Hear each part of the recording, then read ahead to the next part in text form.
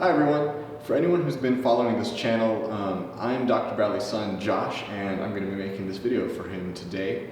If I continue making videos, I might eventually start my own channel, but for now, let's get started. So today I want to talk about some exercises that are great for shoulder pain. These ideas that I'm going to be talking about today were developed and practiced by a man named Dr. Kirsch. He was an orthopedic surgeon who did these practices so successfully that he actually stopped doing surgeries completely and only showed people these exercises. But first, before I begin, I'd like to make sure that if you're going to attempt these exercises and you do have shoulder pain, that I clear you first. Of course, it's important that if it's severe that you talk to a doctor and figure out what's really going on and see if anything like this would be okay for you. Also, part of these exercises is to hang from a bar with your full body weight in your shoulders. To make it easier, you might support with yourself with your feet, but it still goes to say that you should not be doing these if you have dislocated a shoulder, or if your shoulders are very unstable, or if you have a condition that makes your bones very brittle. And another thing to consider is that if your rotator cuff injury or whatever it may be is so bad that you cannot raise your arms above 90 degrees without pain, you probably shouldn't be doing these exercises. At that point, it's probably best to consider surgery. Again, talk to your doctors and figure out what's best for you. But today, if you can raise your arms to about here with relative comfort, I think these exercises will be extremely helpful for you to gain that extra mobility to be able to raise your arms all the way over your head and do work that requires your shoulders and requires you to be able to move them without pain. So, without further ado, let's get started.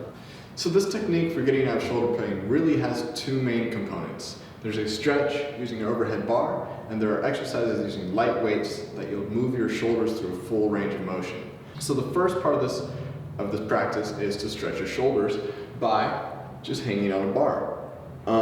If you can't comfortably hang with putting your full body weight into the bar, taking your feet off the ground, it's okay to keep your feet on the ground and support yourself a little bit. If your bar is too high for you to keep your feet on the ground alone, get some steps and put underneath your feet, such as step blocks or even a stepping stool. So again, you hang from the bar, support yourself if you need to or not. Just put as much weight into your shoulders as you can. Be sure to completely relax so you're not using your shoulder muscles to support yourself. That way you fully get a stretch in all the muscles that are in your shoulder. Also, an important part is that when your hands are on the bar, they should be in this position, not in a chin-up position. If you do this, it turns the shoulder over and it doesn't stretch this tendon on top of your shoulder like you should. So it has to be overhead grab like that. So I would do that for about 10 to 30 seconds if you can manage that, or longer if you can. I can personally hang for about a minute, and that's what I prefer to do. Just find whatever's comfortable for you. So, again, you hang and then you move on to these exercises.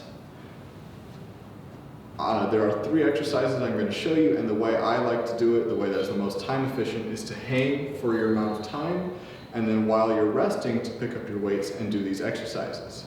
Now you want to choose a weight that allows you to do 30 to 40 repetitions. The first exercise is to hold the weights in your hands.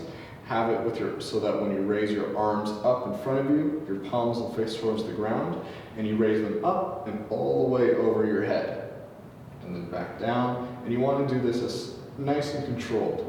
You don't want to throw the weights because that would cause you to miss certain areas where you're not contracting muscles and you're just letting the weights fly. So you want to be slow and feel pressure in your shoulder the whole time, and then all the way back down.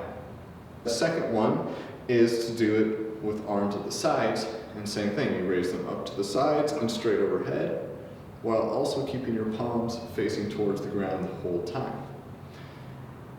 The last exercise is to put a little bend in your knees, bend forward, try to keep your back straight, keep your head in line, and bend forward as much as you can, and then flex your arms straight back.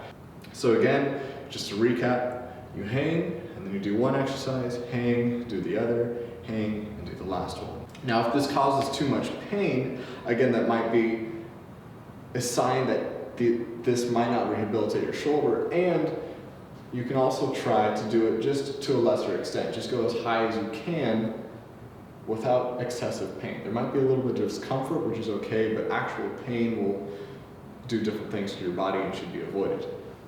All right, so the theory behind these exercises and why they help was developed by Dr. Kirsch. I don't know if he did any formal studies, but he certainly applied it in his own practice and found it to be very effective and also true when he did CT scans and he could see how the bones had adjusted and moved and allowed for more range of motion in the shoulder. So a quick lesson on the shoulder. Of course, you have your humerus that goes into your glenohumeral joint, which is right here in the shoulder, which is that ball and socket joint that I think most of us are familiar with. On top of that, you have your rotator cuff tendons, which again, most of us are familiar with because they commonly get torn or become pained because of impingement. Now, above that is a ligament called the coracoacromial ligament, CA ligament for short, that sits just on top of it, connecting two bones that are over the rotator cuff tendons. Now, when we do not use this ligament, it begins to, and also the bones around it, particularly the acromion, they begin to depress. Just gravity pulls them down, lack of use means they never stretch out, and they push down and they close that space that's on top of your shoulder joint. Now, when that closes down, it puts pressure on those rotator cuff tendons and it creates that sense of pinching, that impingement that causes a lot of pain. It also causes a restricted range of motion, so when someone does move through that motion, it can cause tears and injury and further pain. So what we are doing by doing these exercises is reversing that motion, reversing that gravity that pushes down on that ligament. By having our arms overhead, we stretch out that ligament, opening up that space and allowing for the shoulder to move correctly. So to wrap up this video, I hope that you've learned something, and I hope if you are in shoulder pain, these methods will help you get out of pain very quickly. Usually, at least from Dr. Kirsch's experience, these methods help people within days, if not maybe 2 weeks. People see noticeable improvements and soon are completely pain-free. So just to recap, it's 2 exercises, hanging from the bar for 10 to 30 seconds, using gloves if you want to avoid calluses, and supporting yourself if you must on a step or using a bar that's low enough that you can keep your feet on the ground. The other set of exercises is using light weights to go to the front, to the side, and to the back.